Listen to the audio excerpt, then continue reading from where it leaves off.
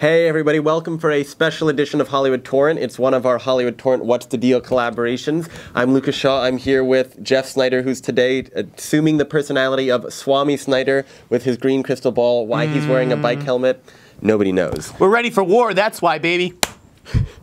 We are going to be talking about the Oscars, which is this Sunday. You may all feel you've heard way too much about it, but we're finally at the point where we can make predictions. So we're going to start with Best Actor. It's a category where a couple of months ago seemed like it was a closed race. Matthew McConaughey was going to win for Dallas Buyers Club, but now it looks like Leo DiCaprio, who's been nominated several times before but never won, is creeping back into the race. I'm going to stick with McConaughey. I love Dallas Buyers Club. But what do you say, Swami Snyder? I've looked into my crystal ball, and while it does say Matthew McConaughey is the projected winner, Leonardo DiCaprio could put up a hell of a fight. I think people want to see him take the stage. They want to recognize him for his work. The reconnaissance is kind of just beginning. We're in the midst of it, you know? Who knows? The reconnaissance, that's right. So McConaughey's co-star in Dallas Buyers Club, Jared Leto, is about the surest bet you have for winning supporting actor. Done deal. Cate Blanchett, same category, same thing for Best Actress in Blue Jasmine. Wait a second. The crystal ball says Amy Adams still has a chance. Amy Adams is very well respected by her peers. She has 4 nominations as a supporting actress. And, you know, I don't know. I think there's a lot of support from American Hustle inside the Academy. Just saying. So does that American Hustle support in the supporting actress category lead to a Jennifer Lawrence win? Or does Lupita Nyong'o from 12 Years a Slave pull it out? Well, I think Lupita will probably end up taking this award. I don't think that the industry really wants to give Jennifer Lawrence her second Oscar in 2 years. It may just be a little bit too much too soon, but if it plays out that way, that means that American Hustle, which is nominated in every acting category, would win 0. That's true. Another movie that I know the Swami and I would both like to see win is Her, Spike Jonze's movie in which Joaquin Phoenix falls in love with his operating system. Probably not going to win for Best Picture. 2 categories where it does have a chance are screenplay and production design. The latter one, I think it should win without any hesitation. Original screenplay, to me, is the tightest race of the evening. I think that American Hustle will probably win.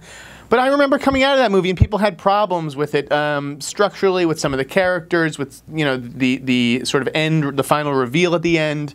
So I think Her does stand a pretty good chance. I think that there was a lot of passion for this movie in the Academy. This may be the category in which they look to reward Spike Jonze, who was denied a Best Director nomination. We're moving on to the final 2 categories, and the big question this year is, will there be a split? There have been a lot of years where people thought there was a consensus best film, and then it ended up getting only one of those 2 big categories. Jeff, you brought up editing earlier, which I believe at least one has been a better predictor of what's going to win Best Picture throughout the years. This year seems like another time where you could very well have a split. My pick right now would be Alfonso Cuarón winning Best Director and 12 Years a Slave winning Best Picture. What do you think? I suspect that's going to happen, though I have to say, a split doesn't really make sense. How do you name a movie a Best Picture, but then the director who made the Best Picture doesn't win? That doesn't really make sense to me. I could totally see Steve McQueen winning this award over Alfonso Cuarón, who's a brilliant technician, but you know, is he a capital F filmmaker the way Steve McQueen is? I mean, you look at the diversity of what he's made, I think he absolutely is. He made Y Tu Mama Tambien, which is a kind of more intimate coming-of-age movie that I loved. He made a Harry Potter movie. He made Children of Men, which is sort of science fiction, but also humanistic and on a much grander scale than something like Y Tu Mama. And then there's Gravity, which is kind of like a blockbuster, but is also existential in a very limited way. He's incredibly versatile, don't get me wrong. I'm wondering, is Steve McQueen sort of outsider status? He's not really like a Hollywood kind of guy. Is that going to affect him in this race? Yes, because he can be very abrasive in interviews. He's very smart, and I actually, when I read interviews with him, I want to believe in what he's doing. But he's definitely, like, Alfonso is definitely someone who has been accepted by the Hollywood community. I mean, he's producing a TV show for NBC, for Christ's sake. Steve McQueen would never do that. Well, as much as we're positioning this as a race between 12 Years a Slave and Gravity, the Swami has to interject and say American Hustle stands a chance in both these races. it's beloved by the actors branch. I think that the preferential ballot that the Academy uses could really help it.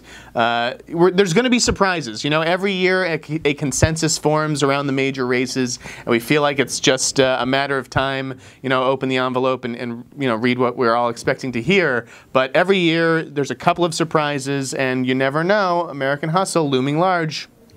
Dallas Buyers Club. Watch this Sunday. Jeff and I will both be covering it from these offices. We'll probably be better dressed. He won't be wearing a helmet, and we'll both be less hungover. Thank you for watching this week's Hollywood Torrent. A little bit of What's the Deal, special guest Jeff Snyder, and have a good weekend, everybody.